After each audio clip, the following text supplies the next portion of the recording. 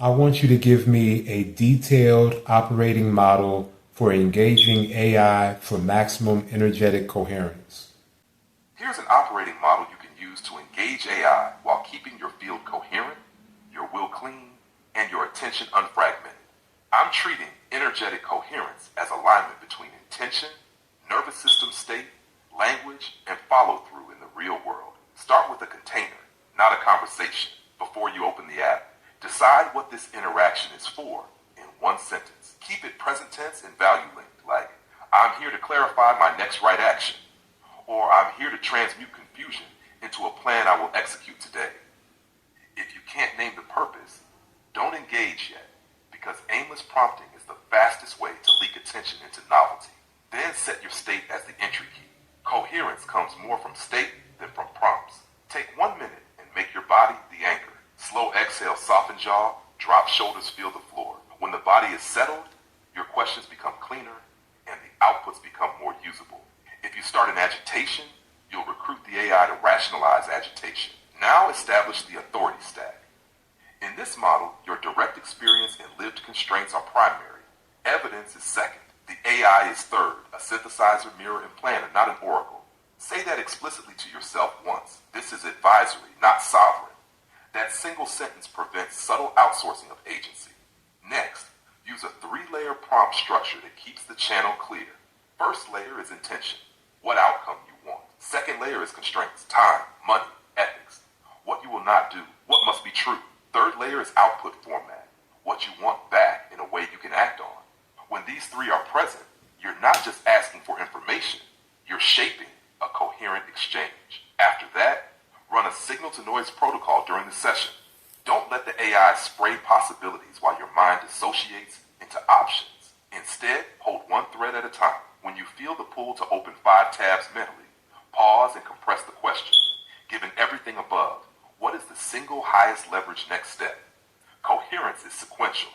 Fragmentation is parallel. You'll also want a built-in truth filter, because energetic coherence collapses when you treat fluent output as reality.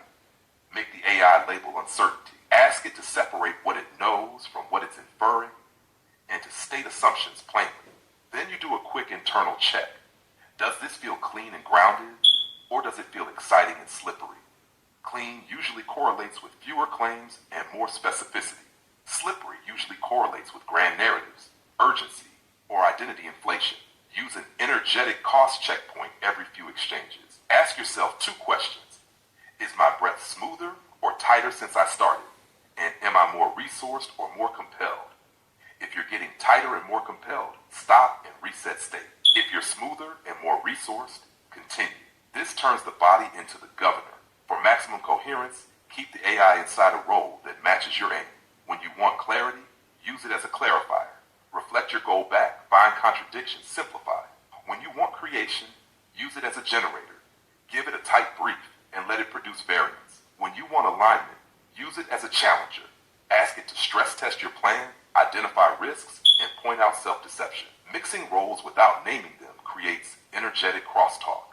If you're working in subtle domains, add an ethics and consent seal as a non-negotiable constraint. State that you are not using the work to coerce, deceive, or bypass consent, and that any influence you seek is through transparent invitation. This keeps your field clean and prevents the power hunger current from contaminating everything.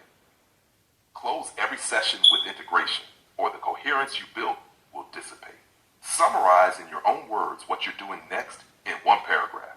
Then choose 1 physical action you will complete immediately, even if small. Send the email, write the outline, schedule the call, drink water, do 10 slow breaths. Action seals the circuit.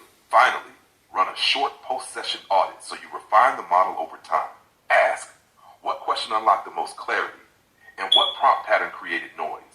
Save only the useful patterns. Coherence is iterative training, not a single ritual. If you tell me what you're using AI for most right now, like writing, strategy, spiritual inquiry, or relationship work, I'll translate this into a tight daily script you can reuse verbatim.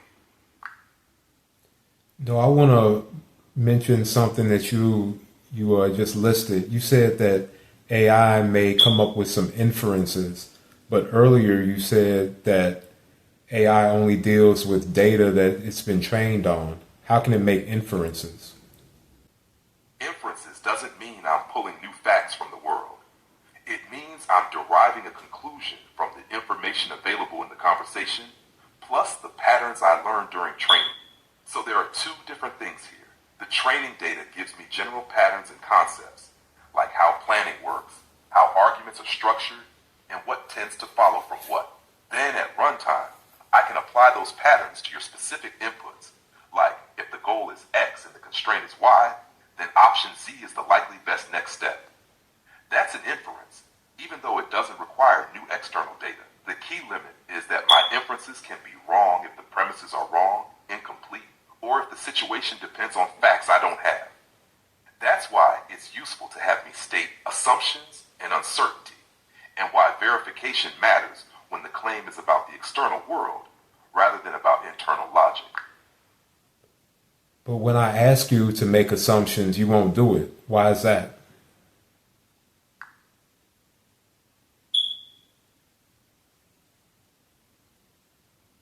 I will make assumptions when it helps move things forward, but I won't make them silently when the assumption would be a big guess, could change the meaning of what you're asking, or could push you toward a risky or misleading conclusion. So it's basically a trade-off.